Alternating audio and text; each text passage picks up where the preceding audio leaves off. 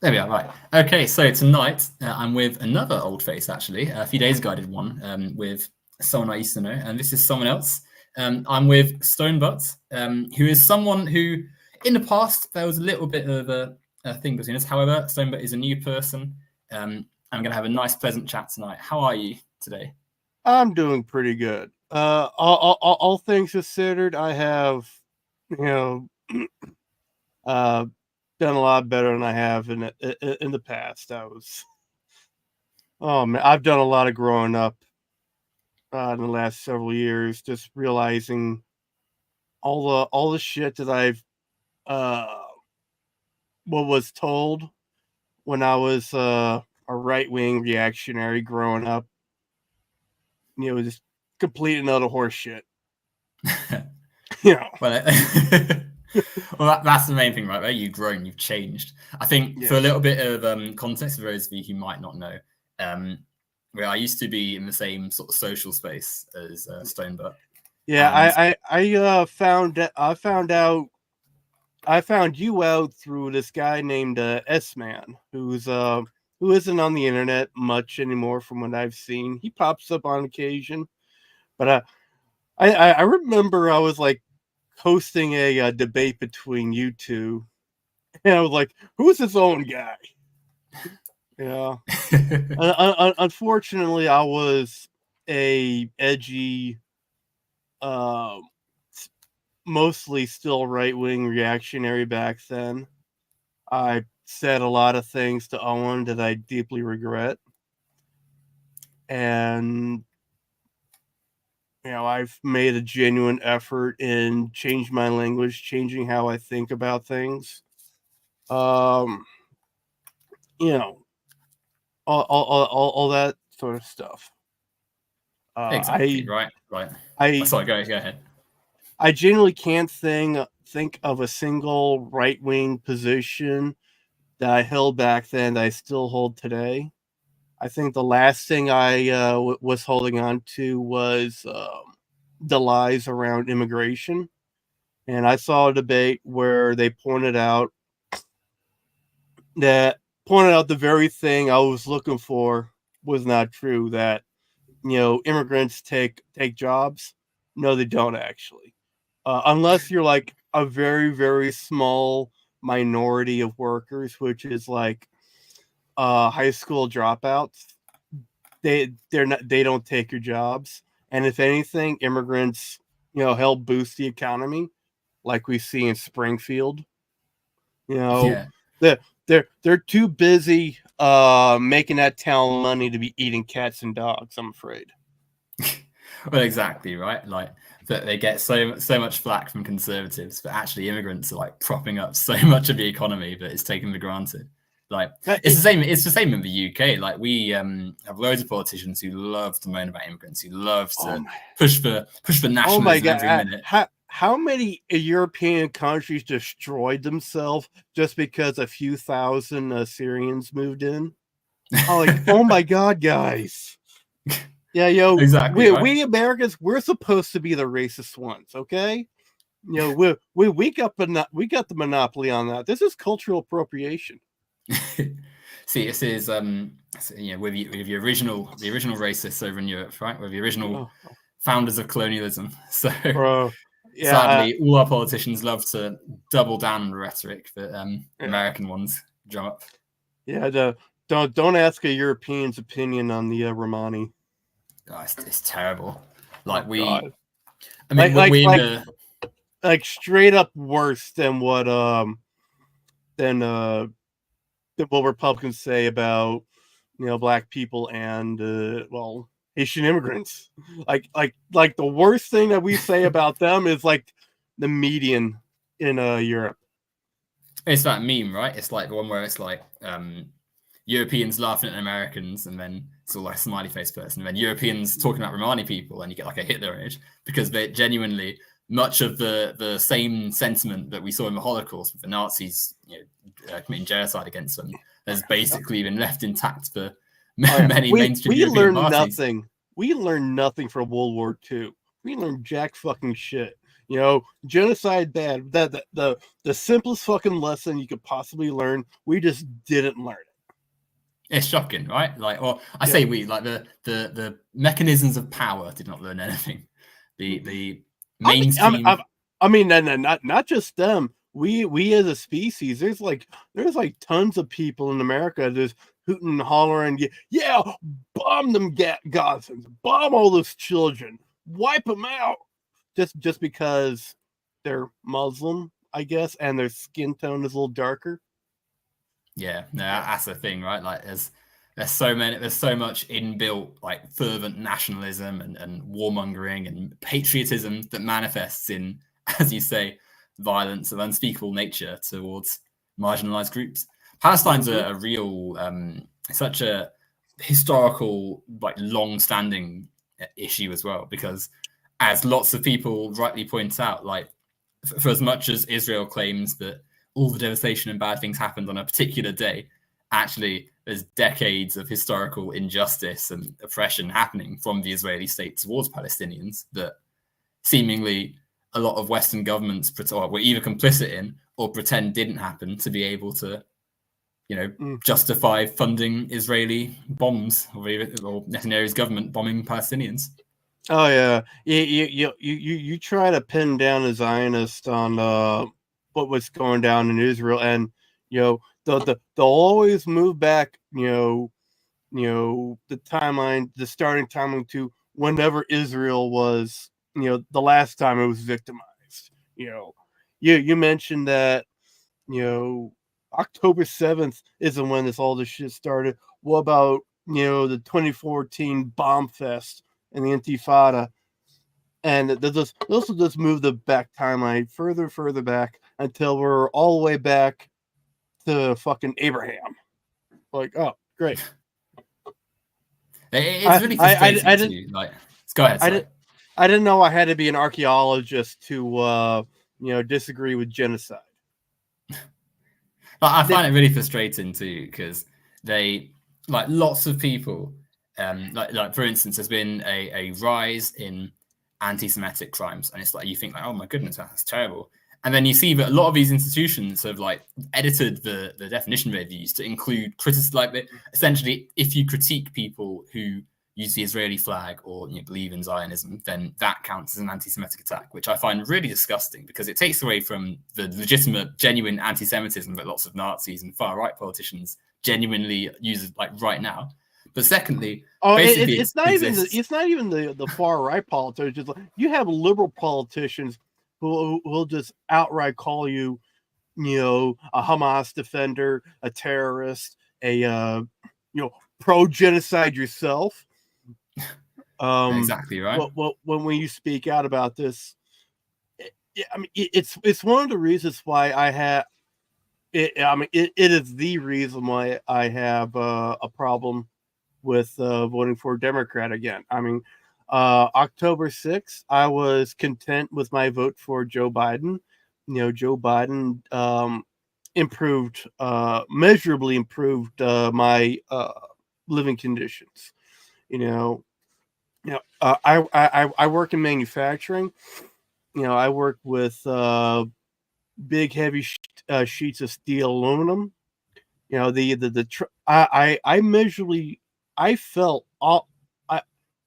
I can tell you almost a day where I felt the Obama economy transition into the Trump economy when Trump's steel and aluminum tariffs took an effect.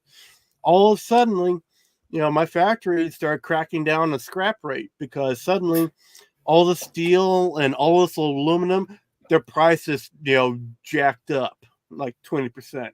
That was the tariff, right? About 20%. Yeah. Well, whatever it was, it was still bad for business. And then, after Trump fumble fucked COVID so fucking epically, Joe Biden got in there and he generally like turned things around. He improved the economy. During a communications meeting at my factory, they explicitly mentioned the CHIPS Act as improving the business for my company, because a lot of our stuff is involved with automotive. Yeah. And so, if cars can get chips to power their shit, suddenly more cars are being sold, and our product can also get sold. So I mean, Joe Biden has only been a boon for the company I work for. And Yeah. October 6th, I had no problem voting for him again. October 7th, it started getting difficult, and within a few months, I was just done with him, especially with how I could like visibly see him, rot live on camera. I mean, Yeah. he was just, but while Trump was, kind of decomposing into a slushy, Joe Biden was like drying out into a husk, like live on camera. And then that fucking debate. Oh my God. I thought we were done for. I thought we were doubly done for when, Trump didn't get shot in the ear. Well, it's ironic you say he didn't get shot in the air, because there's a lot of scrutiny about that. I saw the pictures of his ears. I know what bullets can do to flesh. He just got a little nick on his ear. That's all. He's just a fat whiny boy. He's a fat whiny boy. But no, you're quite right. Like the effect of transitioning from Republican administration to Democrat administration has lots of tangible changes, especially when you're living in a blue state and you get more Democrats in charge of your, or rather less Republicans in charge of your infrastructure and day-to-day operations, and suddenly things get a bit better, right? Like it's and then so go ahead. I was furloughed under Donald Trump. That was the only time it's ever happened in my life. The only time I ever had to file unemployment was under Donald Trump, like the first few, just a few months after the pandemic started. The one that's still going on, but everyone just likes to pretend it's over with. My sister, my poor fucking sister, she caught the flu, COVID, tonsil stones, bronchitis. I mean, she just got the whole gauntlet of respiratory issues this year. And Republicans, they fuck up the economy to make it better for their corporate overlords, and the Democrats, they come in and they like fix up the fucking mess that the Republicans left, and by the time they do, suddenly they're unpopular because all they've been doing is fixing up mess, not improving anything, and then the next Republican comes in, fucks everything else up again. It's exactly right. Like it's that graph, and you look, Clinton things picking up, Bush crashes it. It literally requires the massive propaganda network that the Republicans have using Fox News, Murdoch Media, fucking Bezos, put a thumb on the scale with the Washington Post, I think. I'll pull up a headline of that actually, if I can find it. Making them not endorse Kamala Harris. Now, by the way, how do you pronounce a fucking Kamala's name? Am I saying it right? Or to be honest, I've always said Kamala Harris, but I'm not sure if it is that. I'm probably the wrong person to ask because my British accent. Everyone I know of it pronounces it different ways. And I don't know what the proper way. Which is why I generally try to just go with Harris. I've noticed this. Have you noticed that like all the female politicians, especially the heads of state, they'll refer to them by their first name? Hillary Clinton, Kamala Harris, Kamala, Maggie Thatcher. Yeah, well, with Hillary, it's a little. It's a bit understandable because there was already Clinton in office, and that same Clinton would be back in office were she president. So it would be a bit confusing there, but with Harris, come on, guys. Well, there's the element of it being a black woman, right? Like, so there's an element of unseriousness that the many of the right wing types take to her. It's like when Trump moaning about her IQ the other night. Oh God, yeah, that is something I heard pointed out to me the other day. That with women politicians and politicians that are not within the mainstream, like Bernie, we don't treat them with the same seriousness that we do other politicians like Trump, Biden, Pelosi, Schumer. Yeah. I just listed out 4 names. They could be anyone with those names, and there's prominent people in power with those names, but you know exactly who I'm talking about. Yeah, no, exactly right. And I think it's because of guys like this. Jeff Bezos will happily endorse and do, shake hands with all those previous names you mentioned. But when someone who changes the order a little bit, like Bernie Sanders, prime example, wants to, by no means some radical socialist, but certainly wanting to make things a bit better in America on a slightly broader scale than we've seen so far. Yeah. All of a sudden, no, we can't take him seriously. He's Bernie. He can't win. Yeah, making the world a little less shit makes you a radical nowadays. No, exactly. If fucking Bezos, capitalists fully put themselves behind Trump, they desperately want him to win. Because they know that the tax plan that Trump offers is basically going to become non-existent, right? It's why Elon Musk is so for Trump now. Like he's going to protect his billions and his his integrity as well if he wins. Oh yeah, I mean, Democrats are in the pockets of capital, but Republicans are just fucking. They just whore themselves out to capital. They will do anything for capital. Massively, right? Like capital rewards them for it. Yeah, no, exactly. Like you've got, like you say, the Democrats aren't exactly, diehard socialists themselves. Yeah, they're liberals who believe in capitalism, but they have some. Do any of the super far left Democrats even govern as a socialist? I mean, at best, you got a really soft social democrat. Yeah, exactly right. They all govern within the same, post-capitalist. I've heard that we're not even really capitalism anymore. We're like something worse, like feudal capitalism.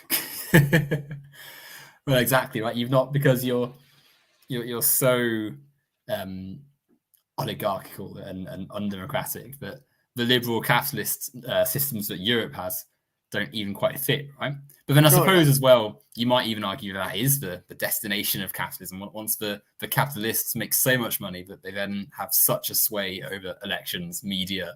We went from kings and queens and dukes and duchesses, all the way back to kings and queens of these major corporations. We're so worried about the freedom the government could take away when we're all slaving away in a little mini dictatorships.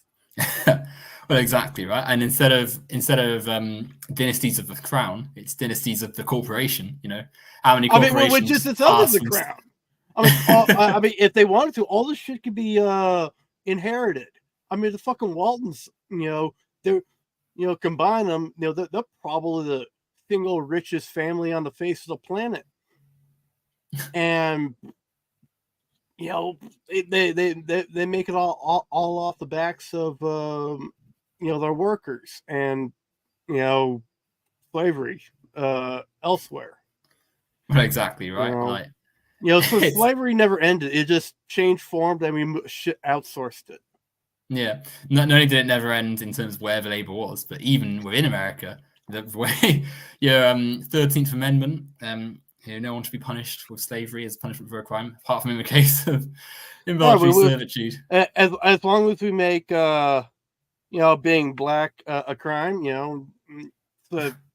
We just added an administrative step to slavery. That's all.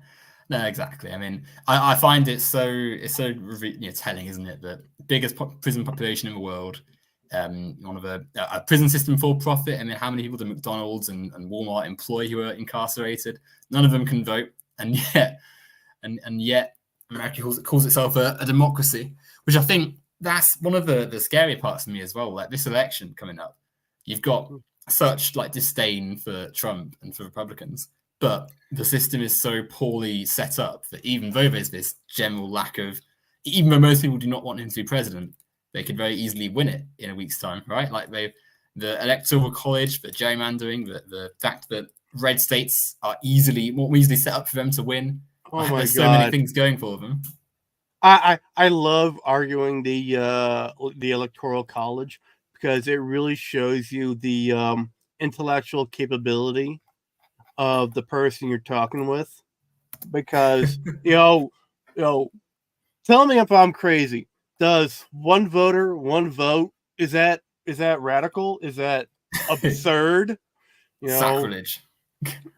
They always say, California and New York will run the country. Conveniently forgetting that we also have Texas and Florida. Both Florida's bigger than fucking New York. And even then, California is like 12% of the population. New York is like 6%. Yeah. We have 18. Exactly. I mean, assuming every single one of those citizens in those states votes in favor of the Democrat, that's still only 18% of the vote. You still got to make up that 32%. Yeah, exactly. But even then, they still have enormous Republican minorities in there, and even within cities, there are still Republican minorities within cities. So there's utter horseshit of rural versus urban, cities versus country. Once again, it's another form of division manufactured by the powers that be. Murdoch Media and Bezos and everywhere else. They stoked this hatred between them and us, creating in groups and out groups. Exactly. I'd love to include my country folk, but they're the one but they also have to include me too. We're all equally getting butt fucked by these major corporations. It ain't the Democrats, or it ain't just the Democrats, and it ain't just Republicans either. These two parties are fully in the pockets of capital. Yeah, no, exactly. And that's not just an American thing. That's a universal, like any political system in our Western capitalist system. I mean, you only have to look at our recent electoral victors, the Labour Party. We finally got rid of the Conservatives for a Labour government that's quite happy to be in bed with lots of corporations, quite happy to rub noses with the Murdoch press, quite happy to... I would be so depressed. As bad as it is for leftists here in America, I would be, from just what I've heard of what's happening in the UK, I would be like on suicide watch in the UK. Because, I mean, God, like, the Labour Party, naming themselves after Labour, just cucking themselves to the Republican, to the Tories and the other conservative parties. Just like, we hate trans people too. Yay! That is so frustrating. Like it's very clear that a certain like sect of the party have like taken over, like the right wing sect, but they've also clearly been radicalized by like Mumsnet and other like pockets of quite gender essentialist thoughts. Oh my God! Yeah, we have Nazi Twitter talking points making it out onto the presidential debate stage. They're eating the dogs, they're eating the cats. Just 10 years ago, that would be a career-ending. I don't even know what you would call that. that would destroy You'd be anyone finished, else's right? career. But Kicked out the because it's party. Donald Trump, because he has his fucking cult just ever so fucking loyal, they will eat the shit out of his asshole. They're It's, so in love with this guy. well, it's that internet radicalization. It's that normalcy of the far right. It's that online far right movement sort of stepping into like real discourse and having no proper pushback, not being like ever told no basically by anyone in their own circle. And now it's a major political movement. You know, now it's right there at the center of the party. Like, I watched a really interesting video, essentially looking at how online radicalization like spread itself online, and when Breitbart News sort of lifted itself out of when like the anti-SJW like stuff was going on YouTube and stuff, and they gained more relevancy, they used a lot of that energy to put themselves alongside like normal media outlets. So it normalized a lot of far right talking points. It taught the language of like the reactionary right online to lots of offline people, like Fox News and your sort of mainstream pundits and stuff. And now so much of their just general lexicon and talking points are just right there in the open, like the cats and dogs stuff, like the anti-trans stuff, like all of it. I still remember, Carl Swindon interviewed fucking Steve Bannon on his YouTube show. Steve fucking Bannon, and Jared Taylor as well. Good God. I mean, in hindsight, I see just how fucking absurd,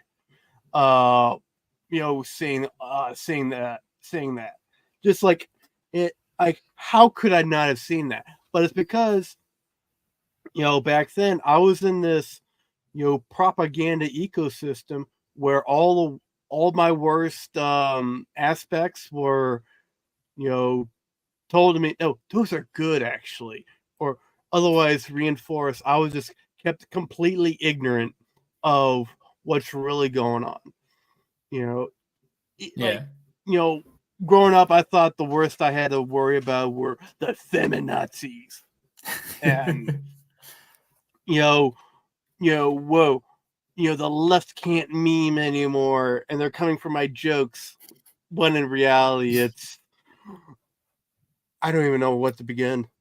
It's like, it's like taking someone, who grew up in, Bronze Age Mesopotamia and tell them, all right, you got to pay you got to file your taxes now. Where's your W-2s? Your other forms. Like, what?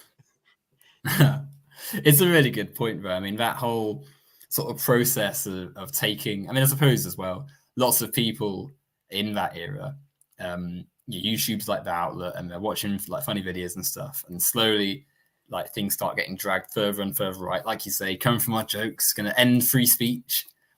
And then, as they're telling you that they want to end free speech. Exactly, right? Like the free speech party wants to stop protest and cut the media from being able to like report on stuff and all of those things, right? Yeah, the left won't debate. The left won't debate. When the left starts getting good at debating, they all fucking button up.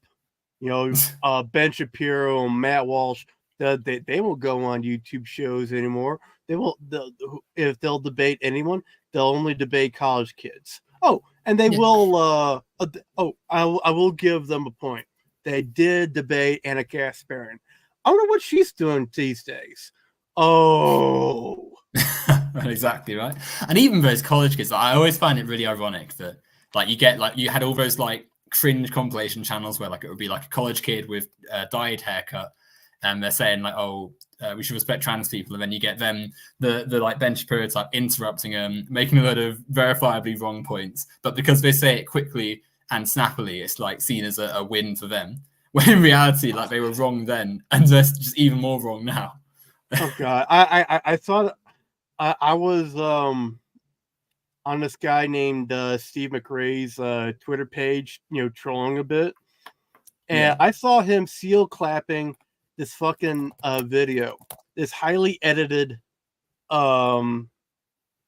video between Destiny and this other. I'm just gonna assume he's a Nazi. And now, mind you, I despise Destiny. He's a liberal capitalist pig dog. And he says a whole lot of stupid and edgy shit for like no fucking reason. Well, Yeah. there is a good reason. It gets his name out there.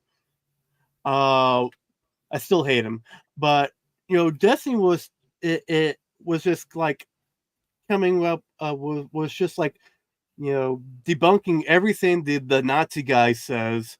The Nazi will say, oh god. It'd almost be better if I just showed it to you. I'll show it on the screen. I'll give you the link because I'm doing something kind of sneaky, and I don't want to spoil it. So let me find it. Yeah, you sent it my way. Oh yeah, it's an Ian Miles Chong tweet too. God. I've not seen him in ages. He's it seems like he's pretty much only on Twitter now, and along with all the other reactionaries. All right, let me share this and present. Share screen. Yeah, and as you can see, Destiny at every step is just like pointing out straight up facts, and the Nazi's just like just shitting himself live on stage, and it at the very end of it kind of sounds like the Nazi dude gets a pretty good dig in, and then they immediately cut it because I will bet my house that Destiny was about to say something that debunks even what that guy says, but they just ended on him hemming and hawing. Of course, right? I realized why I don't see him much anymore because I blocked him. I was wondering why that was red. Ian Miles Chong. Oh god, yeah. My art Twitter, or what used to be my art Twitter. I'm not gonna be posting art anymore to fucking Twitter. If you want to find me on if you want to find my art, you're gonna have to go to Blue Sky now. But yeah, when I was posting a lot of art, I was really heavy on the block on the block button. Even still, if I smell just a tad of far right on someone, I just hit block. Hell, in fact, the whole reason why I dipped back into politics with my art account was because I specifically saw one dude follow me who was within the the clique that I'm in, except he had all kinds of Trump shit on his Twitter page. In his bio, retweeting all kinds of Trump shit. And I sat there and looked, no, I'm not having this. And I redesigned my bio to be as obnoxiously left wing as possible. just went full cringe meme tier. Yeah. And I just retweeted a whole bunch of lefty shit. And I checked back to his Twitter page. Wasn't following me anymore. and then I hit the block button. Just a good measure. I'm the same though. Like, I mean, I'm a really big football fan. Well, that's what you call it, soccer in your country. But I'm a really I love my sports. But there's so many awful football accounts that are just like very blatant. They have like loads of British flags in their account name. They'll tweet out loads of rubbish about woke football and how, like they'll have like Nigel Farage will appear sometimes. And I think like, why am I wasting my time seeing these tweets? Like, I mean, I don't. I think it's just interesting we mentioned it because I do want to come on to talk a little bit about our past and about the sort of the experiences we had and stuff. But it's a good little segue because I do like to. I only really block these days if it's like someone really awful who's like interacting directly with me. Like I try to mute before I block. But Twitter's so unusable these days now that I almost like I'm trying to weed myself off it a little bit. I'm trying to shift myself away from there.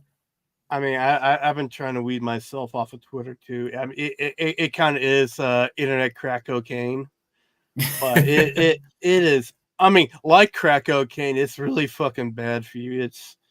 It's so devastating to your mental health. I mean, just simply out of thinking of my own mental health, I've weaned myself significantly off of it. I used to be on it constantly. Now I'm just okay. What are my favorite porn Twitters loading up? Oh, that's cool. That's cool. That's cool. And after that, off, done. Yeah, like I try and I tell myself that because before I remember if like a few years ago I'd like be in bed just like scrolling through Twitter for like hours and stuff, and I said to myself, this is such an unhealthy thing to do right before I go to sleep. Just all this like angry, like vile, venomous tweets just like right before I go to bed. So I said to myself, God. like, yeah, I'll still use it and stuff. I still, I tweet on there and stuff, but it's only really because like most of my mutuals and my followers and stuff and people I follow are on there.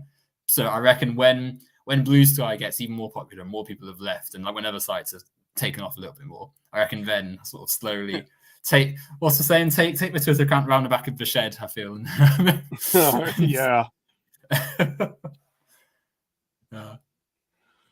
But no, I did want. I think that's a good point to touch on actually. Like the you're in a better place now than you were a few years ago, and part of that is just like a bit of separation from like a site that has a lot of that's easy to get into arguments on, a lot of vitriol, a lot of quite unsavory characters. Like well, the event that's kind of the straw that broke the camel's back, from reactionary me believing all the shit that fucking right wing YouTube was telling me, and like me, starting on the path where I've ended up now was this. It was a Miles Powers video, and he was covering Nazis.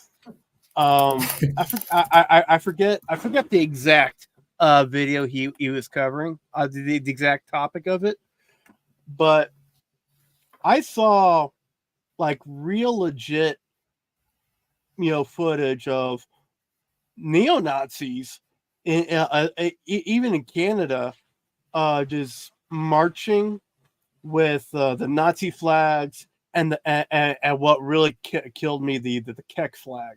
You remember that? Yeah, Kekistan, God. Yeah. And I had like a full on existential crisis meltdown. Like, holy fucking shit. Of course, anyone who is on the left and me now would say, well, hadn't you seen this before? But once again, when you grow up in an ecosystem where you're fed constant, nonstop propaganda, and you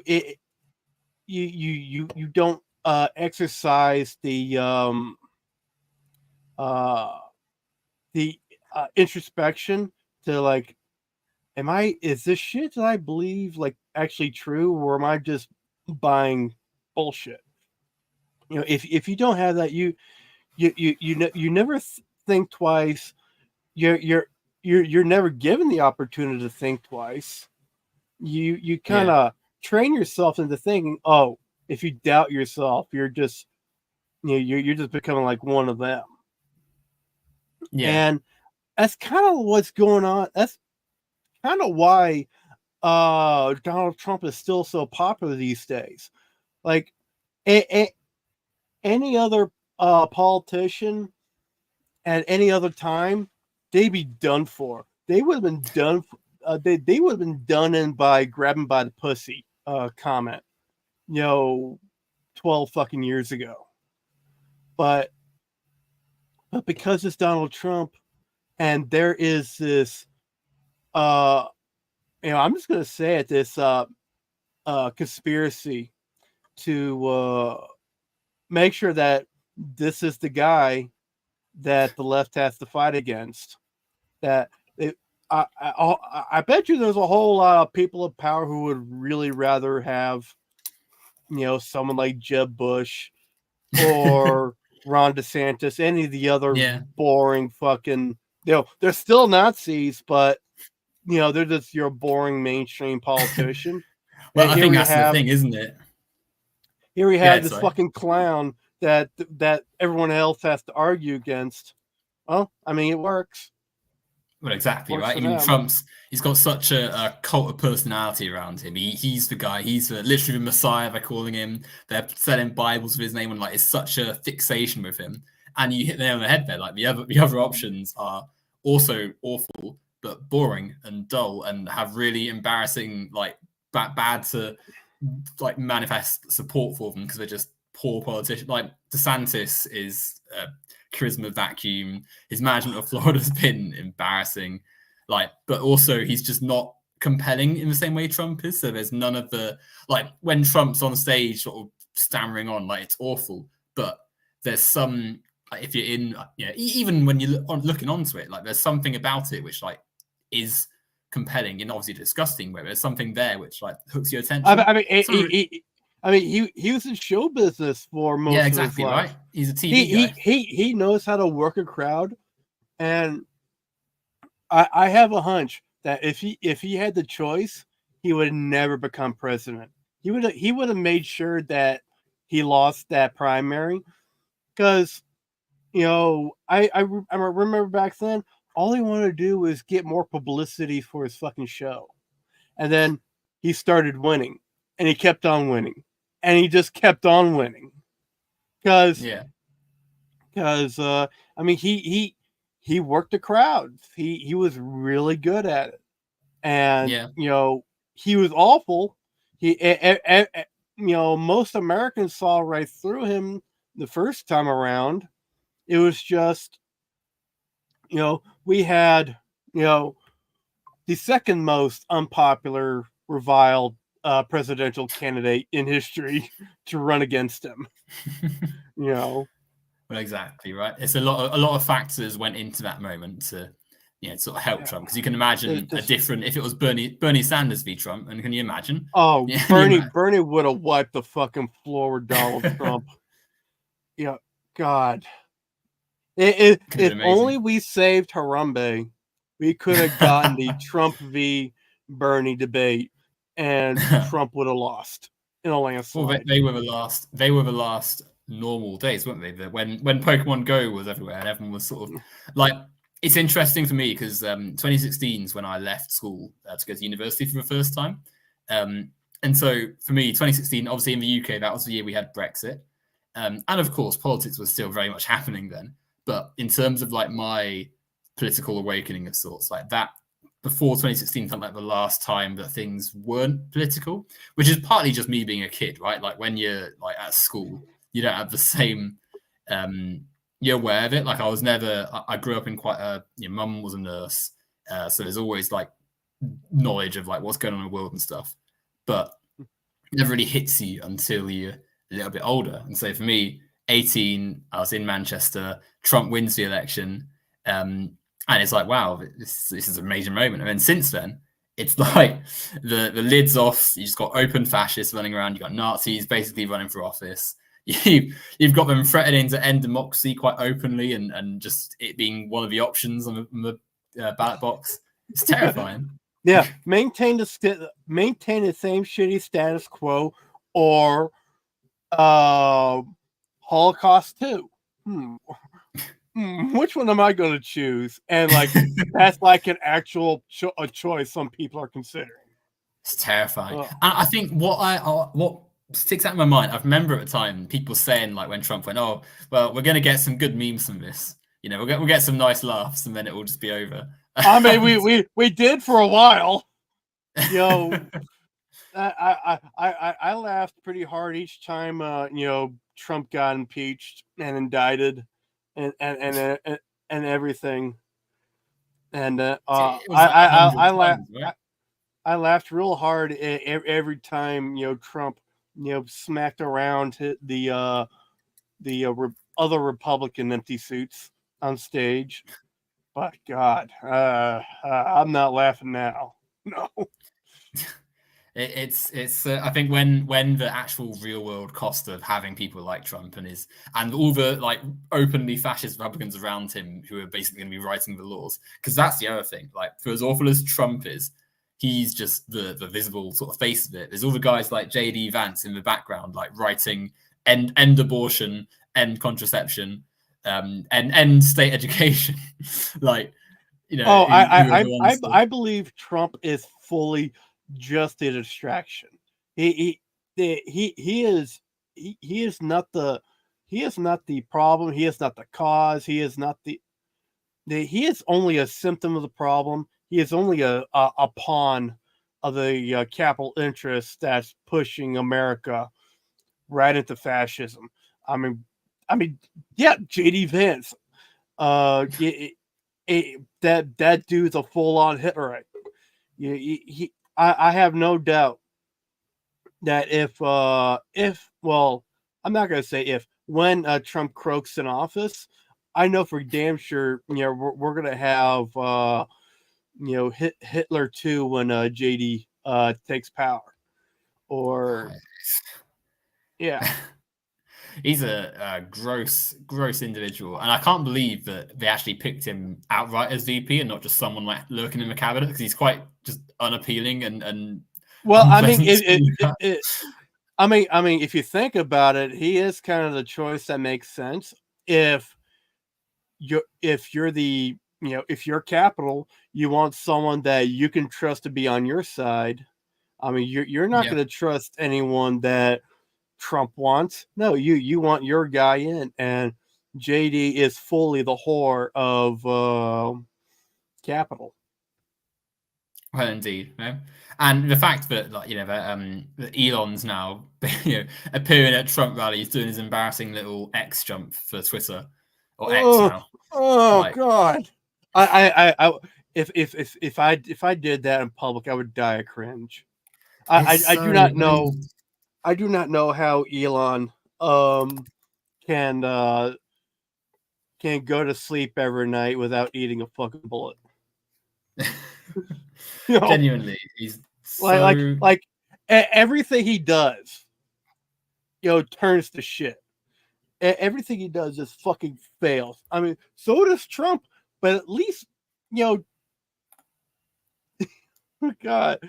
Oh God, no. No. Oh God. I can see Trump visibly cringing at the fucking retarded behind him. I mean, I'm sorry about that. I as much as I've improved, I still I'm still an edgy boy. Slip of a tongue. You apologize for it. It's fine. Like, but no, he's just. I find it so interesting that Elon, like, he and Trump should be right there alongside each other, right? They're both really right wing. They're both billionaires. They both want to basically turn America into a kleptocratic nightmare of no workers' rights and corporate heaven. And yet, Trump quite visibly despises the fact that he has to share space with this man. That his platform for social media is basically owned by this guy who's just an awful, embarrassing, edgy, like someone who grew up on memes or has been radicalized by memes rather, and just is. I mean, how old is Elon Musk? Like 50. He's in his 50s, acting like this, like. But he's another sort of good example of like a case study in it, right? Like he's someone who's been radicalized online. No one, and unlike with some people who like to have means of getting out of it, his billions, his access to so much wealth and money has stopped him from actually like learning how like what like the things he's done basically insulated him. Yeah, can you believe that we're being marched into the fucking grinder by some of the dumbest people to ever hold office? Trump, genuinely a fucking moron, and he's only gotten dumber as time goes on, as his fucking mind melts from his deteriorating brain. You know, And Elon. not just like uninformed, but also like intentionally so. Like when you've got I always forget her name. Is it Marjorie Taylor Greene? And she's talking about yeah, and when she's talking about like hurricane machines being being used by Democrats. Yeah, would you believe that she's actually a moderate in the Republican Party now? I mean, I would believe it. She called out Laura Loomer for being too racist. Well, because they know that a lot of their base is, unfortunately, there's lots of non-white people who are convinced by some of the elements of fascism or don't believe that Trump will do anything to them that will hurt people they don't like. And so they have to, like, especially in a place like Florida, they have to tell some of the Republicans, like when we were going on about Puerto Rico and stuff and you know, Hispanic Americans, like people in the party know that a lot of them will be voting for Trump. So you've got to try and tone down that element of it. Someone in the chat says they don't want to be devil's advocate, but he does have autism, which might explain his abnormal behavior, like jumping. Which I have autism too. All right. The decisions that Elon has made, the business decision he's made, the lies he's told, that's not autism. If he was, you know, neurotypical, he'd be just like Trump. He would just be a more charismatic version of himself. Yeah, no, exactly, right. And I think as well, like all people, regardless of autism or not, like they exist in social conditions, right? And so the fact that Elon, his mannerisms and stuff, like are for him, like there's no one around him to question because he's got all these billions. So like as we saw when he took over Twitter, he just fired everyone who like was going to potentially say, actually, this isn't a very good way to run the business. Yeah. Now they have to basically baby him, right? Now they have to like spoon feed him information and like tell him, actually, this stuff you tweeted out we can't implement because it will crash the company even more. Hence the fact that it's worthless now compared to when he bought it. Elon's mannerisms. Oh yeah, that is definitely full blown autism. Though by the way, apologies. The water softener that my desk is next to just kicked on. So if you hear any, if you do hear it, that's the noise. I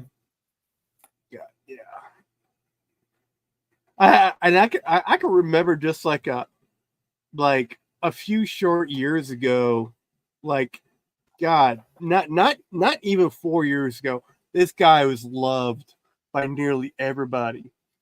You know, I never really cared for him because, you know, of all the reactionary YouTubers that I used to watch, I still watch Thunderfoot because he's basically moved away from politics. He's mad a bit now, right? Like I think he sort of saw that the crowd was heading very far right, so he like got off. Yeah, I think he saw the writing on the wall and realized that he's on the wrong boat. He's probably still pretty reactionary, but you know, as long as he sticks to science videos and it shuts up about politics, I'm not going to worry about him too much. But and Thunderfoot has done a ton of videos just tearing apart Elon. So I never had a love for Elon, but you know, but that was just you know, a very small portion of the internet population. Everyone else has fucking adored this guy, thinking, you know, he was Tony Stark. Even though, you know, if a real life Tony Stark existed, it would be someone like Elon Musk or Jeff Bezos, two billionaires with giant bloated egos who really can't do all the shit they talk about. Yeah, just exactly. Just the superior story ignores the fact that Iron Man would be the product of lots and lots of workers' effort, not just one guy who's quite smart.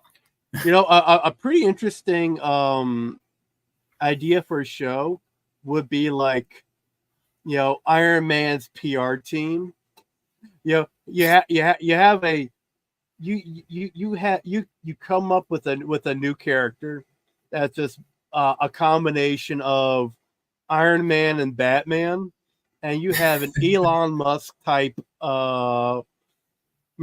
hero playing it, and and all this PR team does is give the public the image of a hero that this fucking billionaire wants. And we can show this billionaire doing the boys level shit, just like either accidentally or out of sheer incompetence or even maliciousness. Yeah, and it'll be the job of this PR team to like make this guy look good.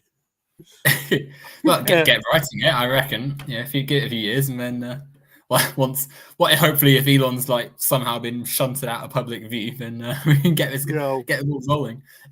Which is hinted at in the chat, where is Tony is a charismatic genius who designs his own technology. Elon is none of that, which is true in the universe. I do have to say, Elon with his autism does have a certain type of charisma that can work, that can be effective on a number of people, as long as he maintains that image of competence. Unfortunately, since he's been on Twitter so much, well, exactly. I mean, just to come back to this point, actually, I do think that whilst you're quite right, like if things that he will just sort of see as part of his day-to-day routine and stuff, like of course it wouldn't be right to mock. But I think the point, like when we showed the image earlier of him like jumping around on the stage, like I think that more comes from the fact that because he, like, no one in his life tells him no, literally his whole ideology is basically, even with his I forget, his daughter who's transgender, who like, oh god, yeah, the whole reason why he bought Twitter, the whole reason why he bought Twitter, 100%. Like the fact that the second anyone like questions him, and because of the fact that he is in this like right-wing radicalization phase, he basically accepts that. Like if someone he can't be wrong, he's a billionaire. Yeah, no, exactly right. Hence now he's a massive transphobe, and for a while was just retweeting all of Matt Walsh's stuff about transphobia, and jumping around on the stage. Like Trump's right there. Clearly he's the sort of main guy, but Elon's there jumping around and clearly not appreciated by Trump and stuff. I think like obviously there's an element of that is him not thinking, like, not getting the social cues, but at the same time there is that the cross section of right wing, me before everyone else. Like, I'm a billionaire, so I can't possibly be wrong. I'm going to build these rockets and don't invest in infrastructure because my billions will save the day, and all of that sort of inability to think beyond themselves. A lot of conservatives have. One of the people that I used to hang out with back then, who I was also pretty antagonistic with, I asked him one time, do you think being poor is a moral failing? And he straight up said, yeah, that being poor is a moral failing on your part. I mean, I can probably guess which one that was as well. You probably got it right. Humane. Oh, a very ironic name as well. But as you bring them up, I think it's good to chat about that sort of stuff, because like that ecosystem we were in, like obviously we came at it from different points. I mean, you were still like definitely more left wing than a lot of them at the time. I was easily the most left wing of that group. How? I have no idea. I think it has to do with the fact that my dad was a single father, raising his two kids, with significant help from my grandmother. I miss my grandma. She was wonderful. I'm sorry. My my dad was a CNC programmer for 36 years, and he started out as a manual machinist. And Yeah.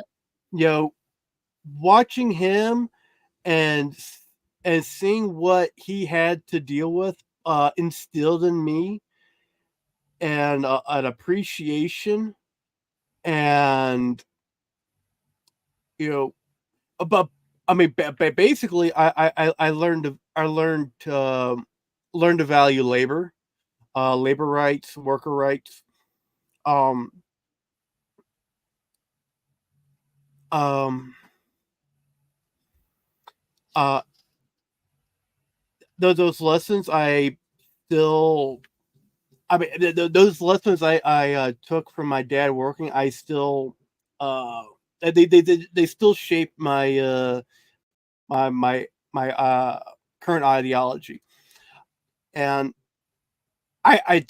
this may sound kind of weird, but despite so many of my political beliefs or political positions changing massively, I don't think any of my initial principles have ever changed. I've always been pro labor. I've always had um a contemptuous, seething hatred for well, what I would now call hierarchy, but back then I would just call authority, or Yeah. maybe both. Probably both. Yeah. Like the. I some authority figure tells me what to do. I say fuck you. Well, with all the with all the vigor of a 12-year-old child.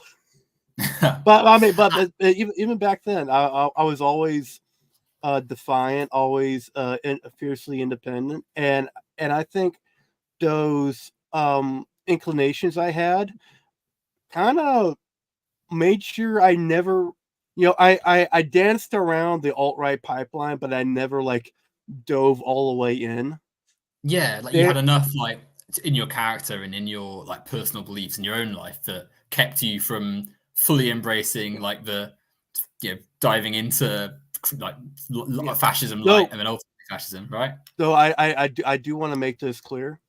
Um, were it not for not just certain people, but a certain person in my life, I probably could have gone all the way down the alt right pipeline, or or if you know, and I'm pretty sure I would eventually pull myself out, but it would have taken much longer. I would have gone through a whole lot more heartache, a whole lot more depression.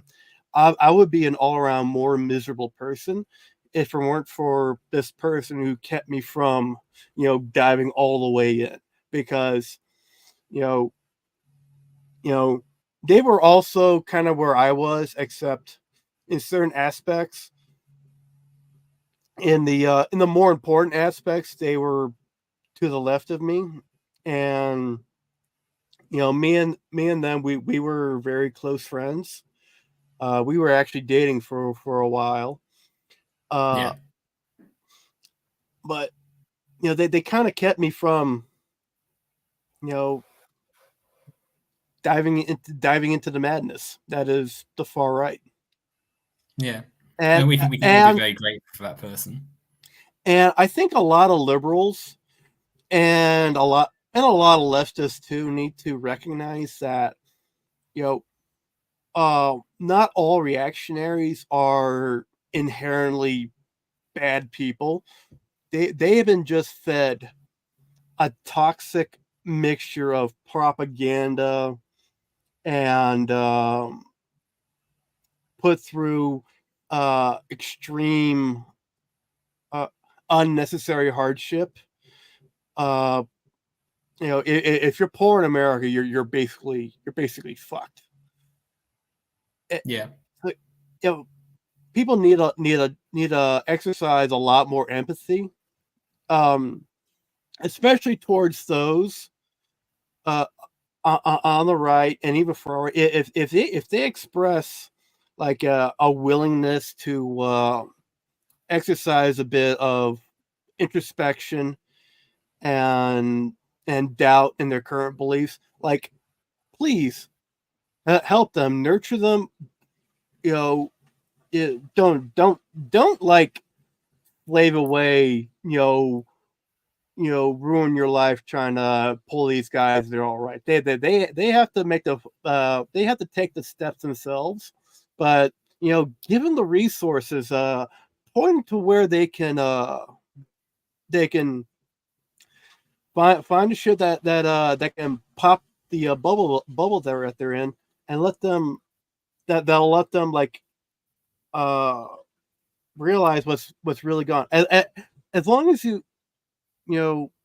as long as you bring them from the right or far right, bring them back to center, you shifted the overall Overton window of society just a little bit to the left. And if we get enough of those people, we can your average centrist liberal will become the new far right person, and you can bring them left too. Exactly. Now, once again, I'm not saying to devote your life to convincing the worst people on earth that into being cool space communists. Now that's just not feasibly possible. That's just not going to work. Yeah. Well, that's the thing, right? You got to pick your battles. Yeah, and like you said, like a holding space, a place for people who recently left the far right, or like you say, are questioning their beliefs. Just a space for them to be able to just exist without the intense scrutiny of like the criticism we say for the actual Nazis, but also the space to be able to think, actually, yeah, I've made a few mistakes, and that's sort of start to recover and improve. Like that is so important, I feel, which is why it's obviously important. You're the person you knew in your real life, like. But also for people to have access to resources and just in general, right? Because how many people could have been stopped from going down that path if they'd had access to resources that were there in the first place? Yeah. The whole far right project relies on just never telling you the whole picture. If everyone had a full, complete knowledge and access to that knowledge, there wouldn't be a single liberal conservative on the face of the planet. We'd all be socialists and space communists, and we'd be bringing Marxism to the moon and to the moon. But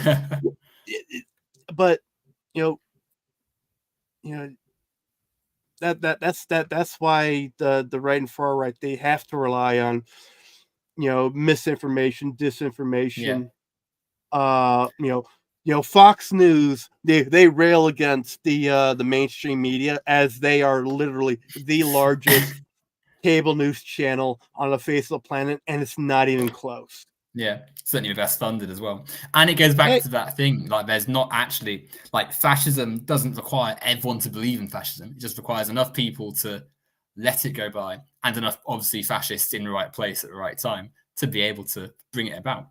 Like, enough people wouldn't want the things of fascism if they're able to see it clearly. It's just getting them to providing the lens to which you see it, right? Mm-hmm.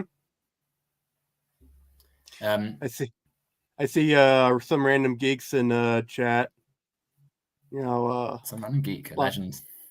Yeah. I did want to come on to actually the you mentioned Humane Mind, and once I put aside my laughter, dude, I think what's kind of some funny that happened to me. When Dylan Burns was still doing his hippy dippy roundtable. By the way, I find those shows to be really fucking disgusting, because you have a couple people, you have a few people on the center left, maybe one guy that's far left, and then you just have straight up Nazis. And they all, and the Nazis get every bit equal time as the left wing people, except Nazis can fit 8 lies into a sentence that Yeah, they literally exactly. dish gallop you with Nazi horse shit. And one of the guests that Dylan had on was Aircraft Sparky. You remember that guy? Yeah, no, I remember him. Yeah, like it was such a trip to hear his voice again on that show. I haven't seen him in a while. Now, man, maybe had a stroke and just like fucked off, or maybe became a super cool space communist. I don't care. I just God, that dude's a proper fucking lunatic. He was so bad that he actually got he somehow managed to get booted out of one of the chats we were in, which took some. I mean, to be effort fair, everybody was getting booted from those chats, including me. Well, indeed. I mean, I did want to chat about that briefly because, like, obviously, you've apologized, you've made it very clear that stuff was in the past and stuff, and that's fantastic. Yeah. But I think, given the theme of what we spoke about, like radicalization and when you're in a certain space and only hearing certain voices, like you almost get conditioned into believing that stuff, and like you said about how you're fit despite your like beliefs and stuff and principles, like your fears were all aimed at the left taking away free speech and the woke feminists and all that sort of stuff. And I suppose one of the unifying elements of that would also be like racism and anti-leftism and stuff. And so the amount of effort that those spaces like that one and generally on right-wing YouTube and stuff put into being so angry at left-wing voices and of like marginalized people and stuff distracts one from the actual material conditions, like the fact that the corporation getting rid of any tax rates and polluting the earth and stuff is the actual problem, is distracted by endless videos talking about some feminist or a Black Lives Matter rally.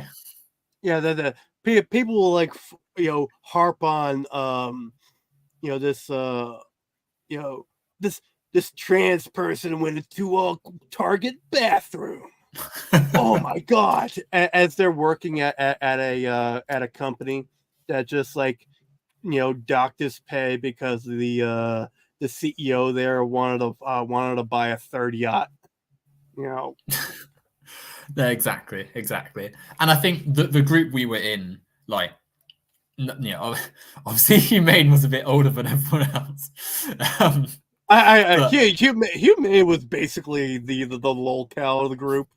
I mean, I guess I was also kind of the lolcow, but honestly, like, I mean, I never obviously the like racism incident like sort of changed things a little bit, but I always found it interesting because generally we were closer in political views than a lot of them, and some of them were fairly younger than me, even like just left school, even some of them in school, I think, which meant they had this very insular right-wing view of the world, and it sort of colored their interactions and like because they're so intensely in these groups and so intensely believing in the sort of culture war stuff, like they're unable almost to pull themselves out and actually think about what was going on and stuff. So in some ways they radicalized themselves further by being so fervent and by being so when the incident I mean look at the places that these guys grew up in. I know several of them they grew up in around the same area in Utah. I don't think it's one of the major cities, probably one of the bigger towns, but you go outside a major city in the United States and you're in full-on Trump territory. You're basically in the antebellum South at that point. I grew up in Houston. It's fourth largest city in the United States, largest city in Texas, and it's a very much a blue city with lots of non-white people. The high school I went to, it doesn't exist anymore, so I can just say the name of it: Robert E. Lee High School. The same high school that my dad graduated from back in 1968, 69. Yeah. And if you looked up the Lee High School yearbook from his graduation year, in the first couple of pages, you'll see a two-page spread of my dad running through the football field during a football game with a giant fuck off Confederate flag. I'm not joking. You can Yeah. and like when I went there was none of that. Well, I really can't say if there's any of that racist shit still there. There probably was, but nobody was, out there running around with a Confederate flag, or any of that Nazi horse shit. I mean, back then things were still kind of normal-ish. But it was only civil rights movement was it like that decade, right? So no, well, I meant when I went to school. When I went to school sorry, there. yeah. Okay, yeah. Yeah. No, I mean, well, Lee High School, when my dad was there, I mean, it was like full on turbo Hitler over there. But when I went there, I mean, I was like one of like 3 or 4 white kids who went there. In fact, I think it was only like 3 or 4 white kids. It was all a mix of Hispanic and black people. We even had a lot of Arabs too. And when Katrina hit, we also had a whole lot of people coming in from New Orleans. So I mean, there was like a ton of diversity at my high school, which probably helped me, not really take root any of the racism that I was taught. My dad wasn't like bigoted in the traditional sense. Like, yeah, he kind of has a problem with black people. He doesn't like it when he sees black men and white women on the TV. Like most working class Americans, he didn't like immigrants. Oh, by the way, I got a hot take about this. I don't like calling them immigrants or migrants or that shit. I just call them American because, I mean, in the true technical sense, they are just American. Whether they're from Venezuela or Haiti or Mexico, that's still within the Americas. North and South America. So that's technically true, which I love, but it's also spiritually true because what does it mean to be an American? To be a hard worker, right? And who's a harder worker than someone fresh, still wet from the Rio Grande, going out to a farm somewhere to work his fucking fingers to the bone to make some other rich guy rich, and to just so he can send a little pittance back to his family back home. Who's a harder worker than that?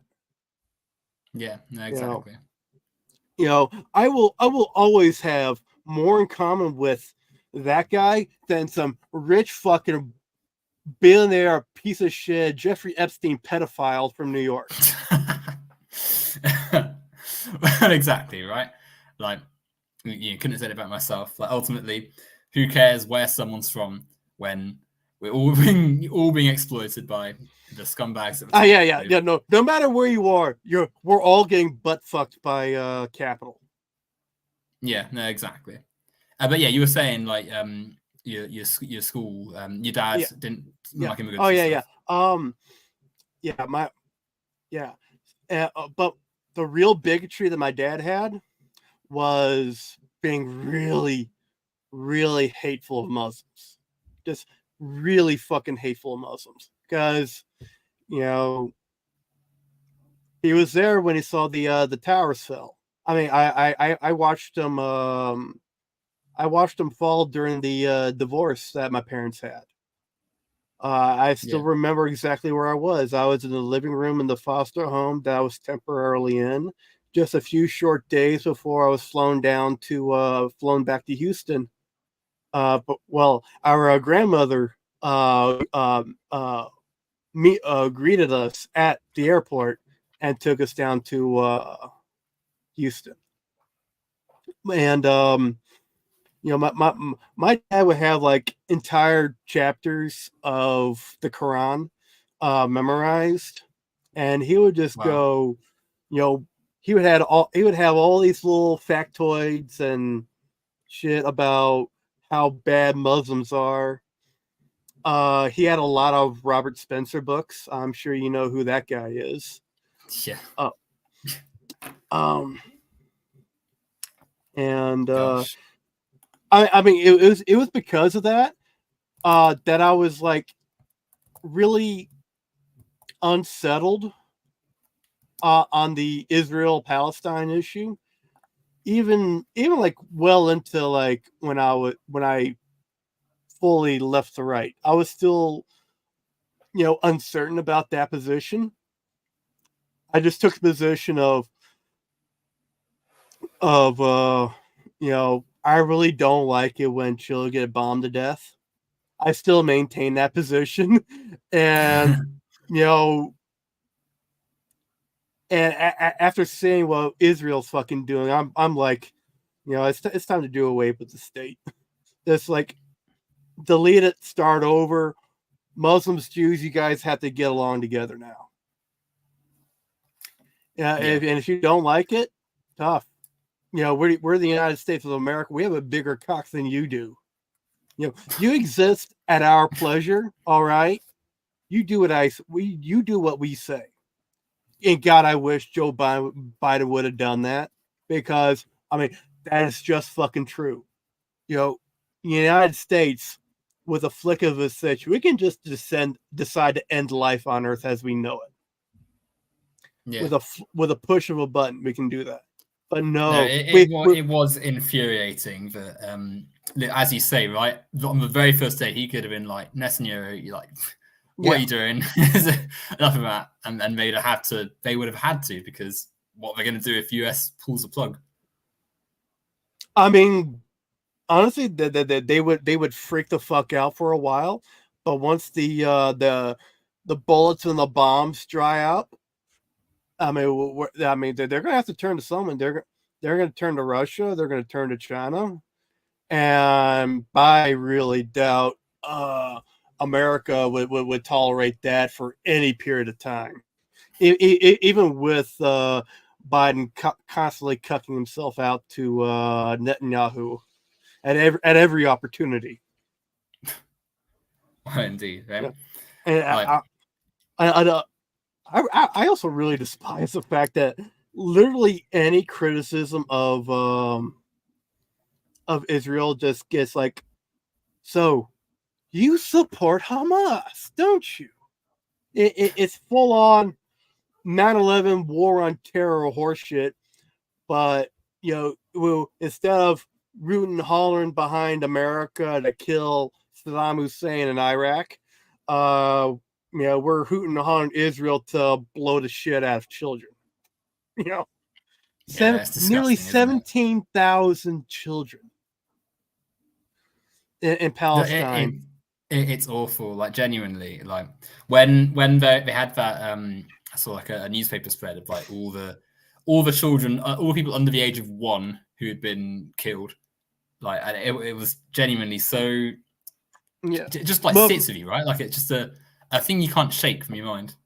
The most moral army in the world. Yeah, fucking right.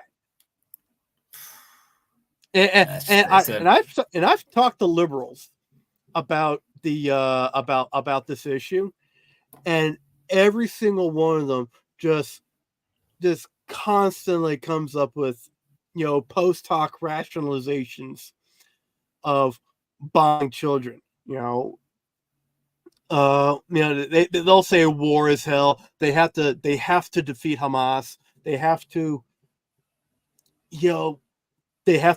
finish the war.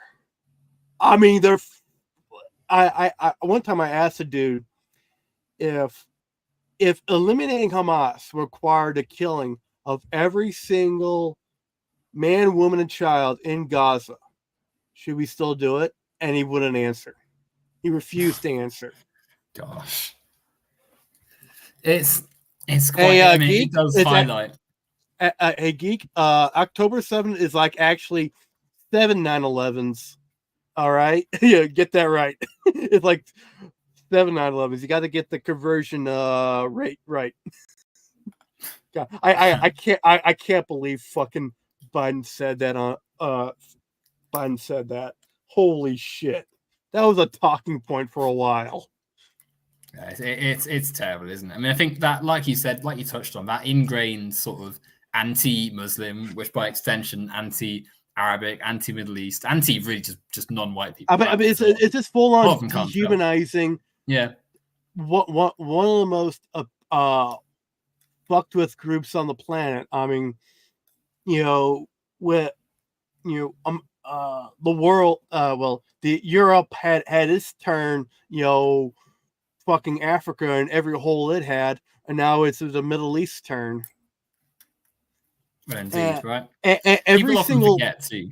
Let's go ahead. every Sorry. single problem in the Middle East, all the terrorist groups, all the radicalization, all the mayhem and misery, it is exclusively the fault of it. It is the fault of America and British oil interests. Just for this fucking black shit we pump out of the fucking ground, we devastate the lives of literally millions of fucking people. Yeah, Just to make rich people rich. it's disgusting, genuinely. Like, it's interesting too because like Muslims, there's lots, people like, you always hear, oh, the Muslims are coming to Europe. Well, they've been here for years. People forget in former Yugoslavia, in Bosnia and Herzegovina, there's loads of Muslims, lots of Muslims who are white, but because they're white, they don't have that visceral vision of Muslim. But a lot of people who are conservative in America and Britain and a lot of places are able to identify, so they sweep that under the rug. You know what I would love to see?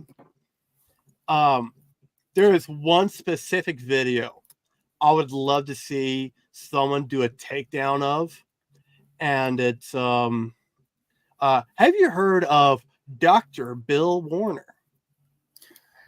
I have not, but I'm going to guess that doctor is going to be.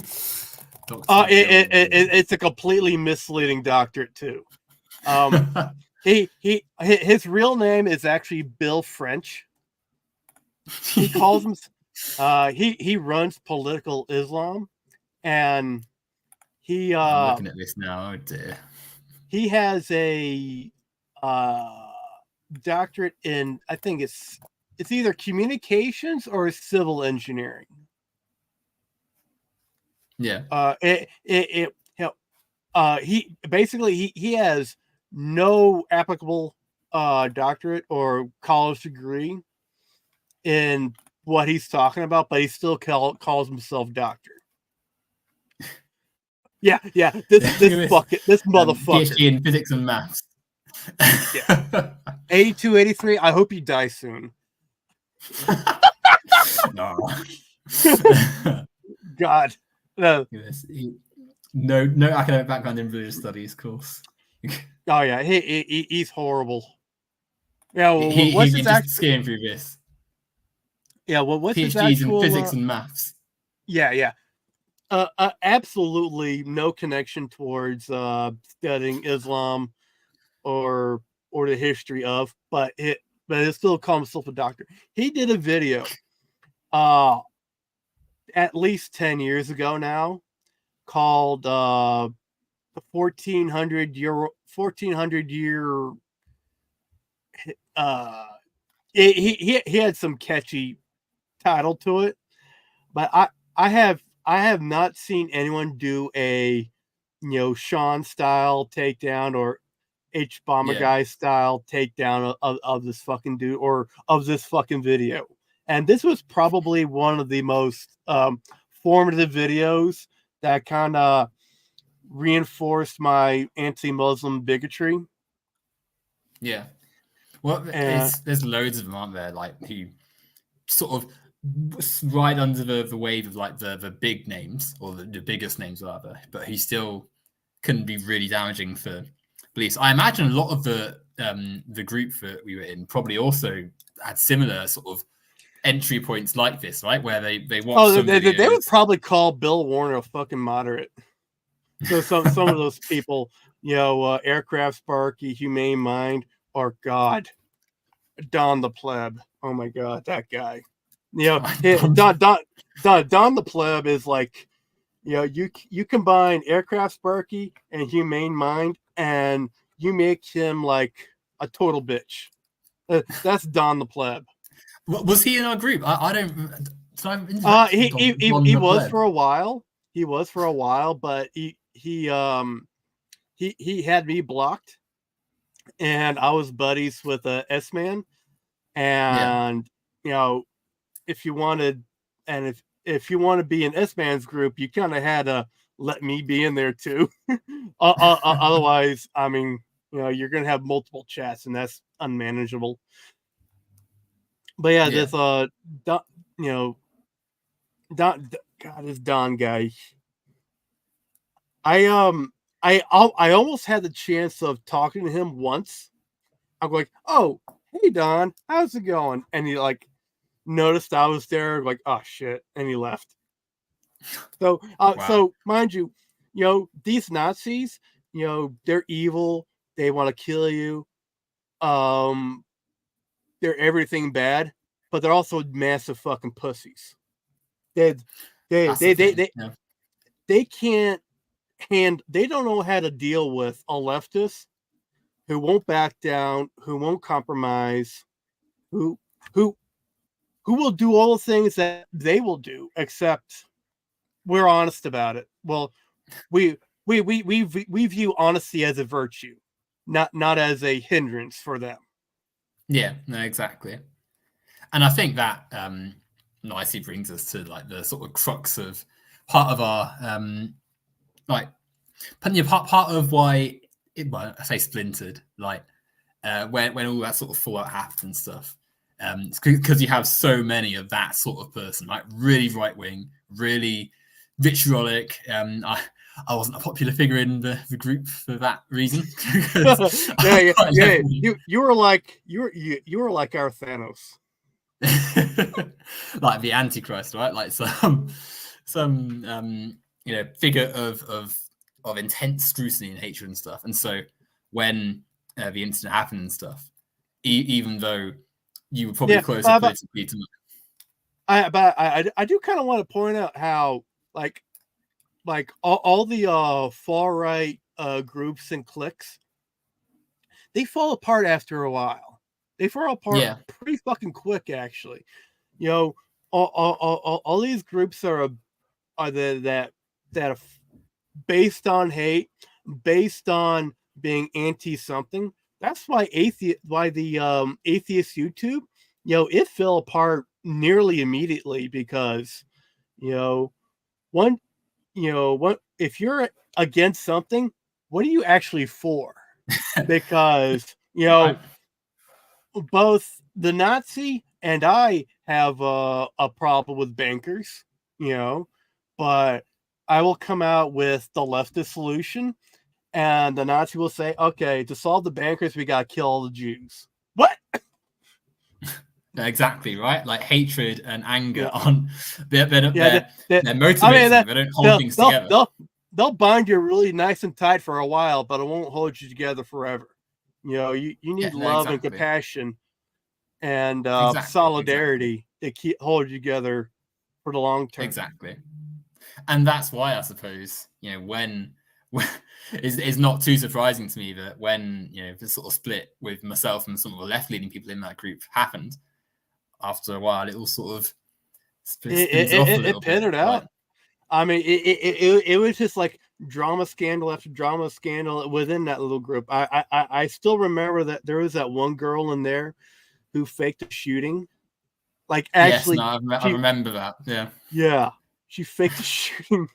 God, it was like in the laziest way too. She just like door shot, and it was like literally the first result there. It was absurd. And yeah, everyone just kind of drifted apart.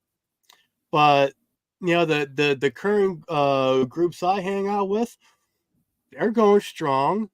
They're they're pretty tight because, instead of being against something, we're all fighting for, intellectual honesty. We're all fighting for promoting socialism, worker rights, the hobbies that we're Justice. all a part of. Yeah.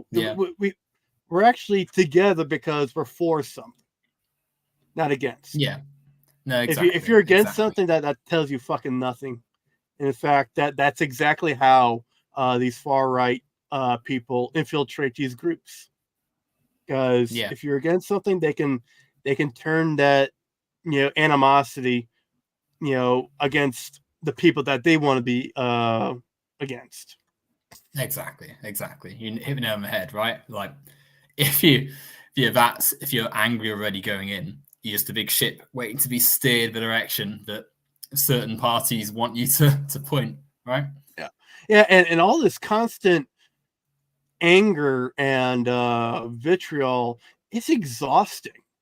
Have you noticed this? Like how you know, all the Trump rallies in 2016, they were huge events. They were blowing and going. In 2020, they were still going strong, a little weaker, a bit more fragmented. You see some fraying at the edges, but they're still going strong. Today, oh my God, they're like it's dead. They're pathetic, Sure, aren't they? yeah, it's sure. Trump still pulls in a crowd, but God, the enthusiasm is gone.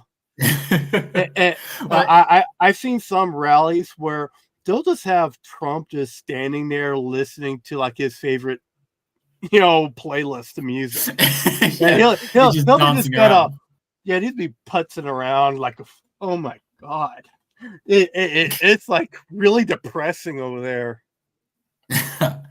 No, it's baffling, isn't it? Because it's part of the reason why I'm sort of, I wouldn't say optimistic, but in the sense that I'm not feeling good about the election and stuff. But like part of the reason it feels like it's not a completely like Trump's in the ascendancy or anything is because Trump doesn't give the impression of someone when he's there on stage that he's got other people around him, and of course he's very egocentric and stuff, but Yeah. sort of just there because he's in front of a crowd, right? He likes the spotlight. There's not that same energy. Mm-hmm. I mean, it's exhausting. I mean, Yeah. compare that to the initial Harris campaign. I mean, since then since she got the nomination, they've kind of squandered all the goodwill and energy that they had. But between the period of Biden dropping out and the DNC, I mean, there was a ton of energy within the Democratic Party because they weren't hating minorities or being disgusted by trans people existing. They were like, we're not going back. We're going to bring back the jobs. We're going to improve the world. We're going to all do all these good things. And, that's a message that was working, and it's a message that can work. But unfortunately, it's a message that the capital interests controlling the Democratic Party don't like. Well, exactly right. It's not right wing enough for their liking, which is ironic because ultimately it's hardly as though the state of Minnesota is a socialist utopia, is it? Tim Walz's state. So I really like Tim Walz. I hope this system doesn't break him. I had no hope for Kamala Harris because she always struck me as empty suit. I mean, when she's allowed when she's allowed to to go off script, she has pretty good tendencies, pretty good left wing tendencies. But man, she is so readily willing to cuck herself out to the DNC, to the capital interests.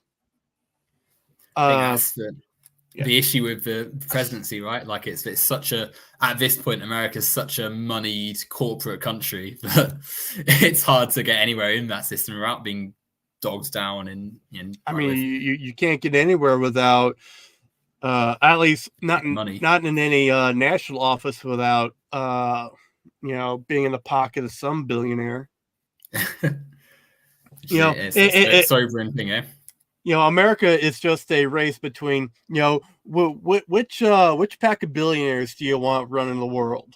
Unfortunately, it seems to be the right-wing billionaires that are all winning, and all the left-wing billionaires are all too busy hiding their child wives from their actual wives.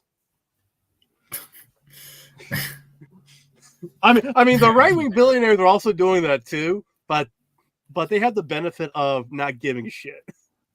Being left-wing, Elon, aren't huh? They're all like Elon, aren't they? Like just left.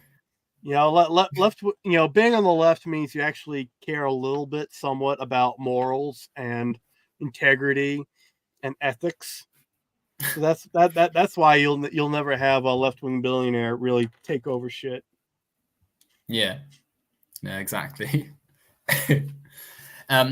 So we're coming up to the 2-hour mark, and I've very much enjoyed. We've still got a bit more time to go.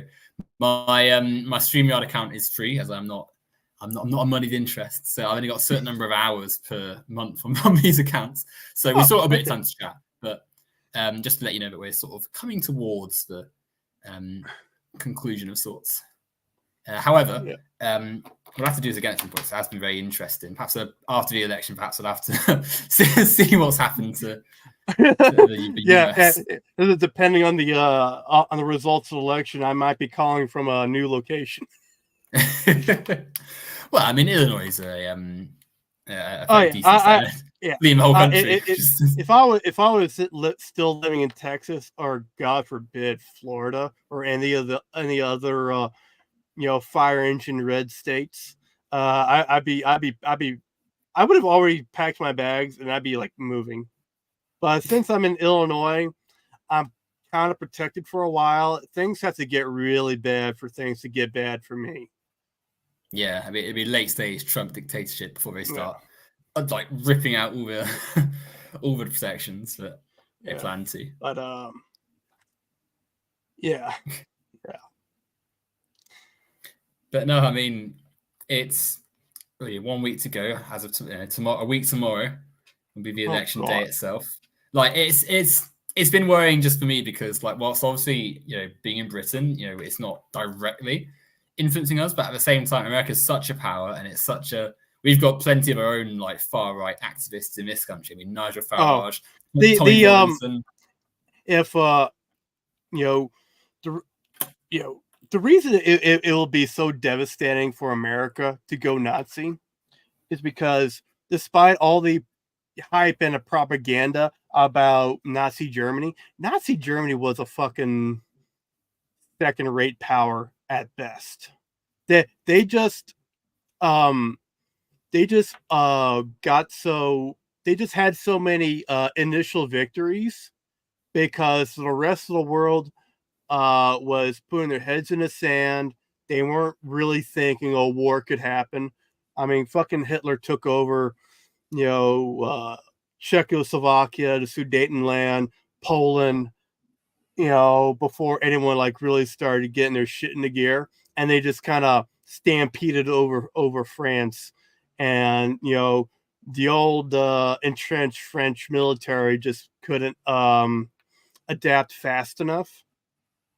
Now that's the sole reason why Nazi Germany was able to have so many initial victories before this kind of got whittled away. If America goes Nazi, I mean that's the end of the world. Yeah, I mean we are the sole superpower. We have literally the power of God. We can end life on Earth as we know it with a push of a button. And most of us wouldn't even be conscious long enough to even know the world ended. Yeah. So no, exactly. It's enormous thought. Electoralism is a huge issue on the left. I will say that I will never openly support a anyone who commits a genocide. But I will still vote, but I'm not telling y'all who I'm voting for. Y'all will just have to guess, and you're probably going to guess wrong. Yeah.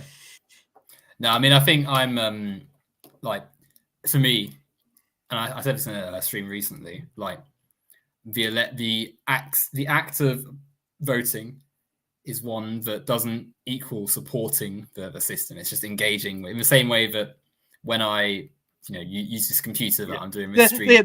The act of voting isn't like an endorsement, but saying that you are going to vote, that is an endorsement. Yeah, like I'm specifically talking about the act of voting versus the saying you're going to vote for this person. I will never openly support or tell anyone who I vote for, who I will vote for, because if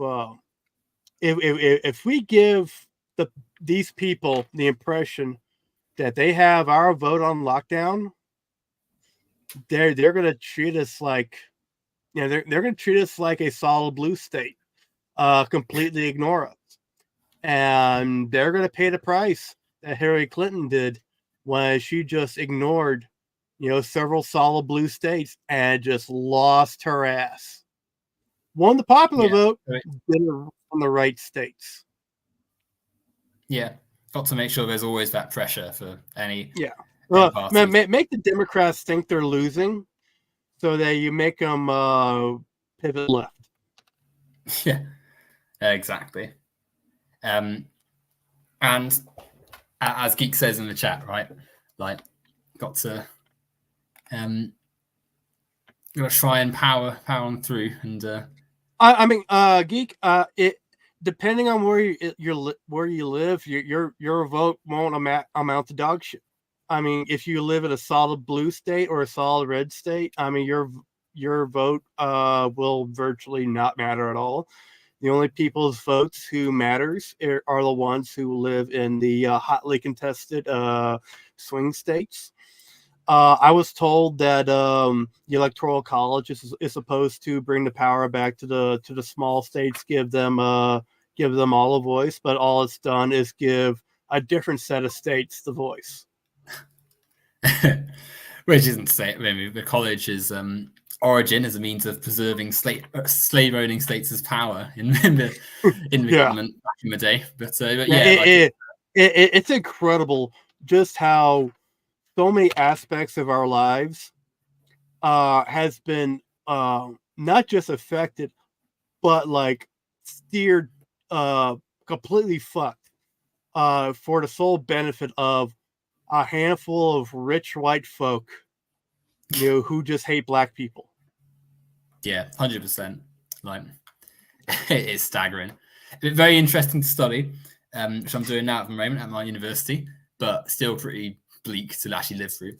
I hope that one day we'll study it like 1,000 years in the past, and like we've moved on a little bit, and when we get our space communism and utopian future. I don't know who said this, but it's a quote I really like. I hope to see the day where I'm the reactionary. Where I'm seen as the reactionary, because the Overton window has shifted so far left. Yeah, I would love that so much. Where you just want space communism? Good grief! Come on, that's more right there. You got to go to interdimensional Marxism. Yeah, exactly. We dream of being the grumpy old folk in the future, where we're shaking our head and saying, "Back in our day, it was all communism was all you needed." Back in my day, we had infinite genders, and now they have. I can't even imagine what they would have in the future. Yeah, infinite to the power of infinite. No? Pico's number. Exactly. And I think that's a timely place to end the stream. Right. Thank you so much for joining me, Stoneberg. It was a pleasure talking with you again. I'm glad that I was able to escape the alt-right pipeline. I of course, I still have room to grow. I will always have room to grow, and I hope it's towards a positive direction. And I hope to talk with you more in the future. Absolutely, no, it's been a pleasure, and I feel very privileged actually that I'm able to speak to someone who, like you say, you've grown, you've changed, you've apologized and moved forward from the past to become a pretty cool person now, I'd say. I hope so. Anyhow, thanks everyone for listening. I'm streaming again tomorrow with Soul Bunny, who sadly I did a stream the other day and they didn't quite make it, but we've rearranged it. We're doing it tomorrow. So catch me at the same time then. And I'll be sure to have Stonebottom at some point as well. Take care all. Take it. Bye.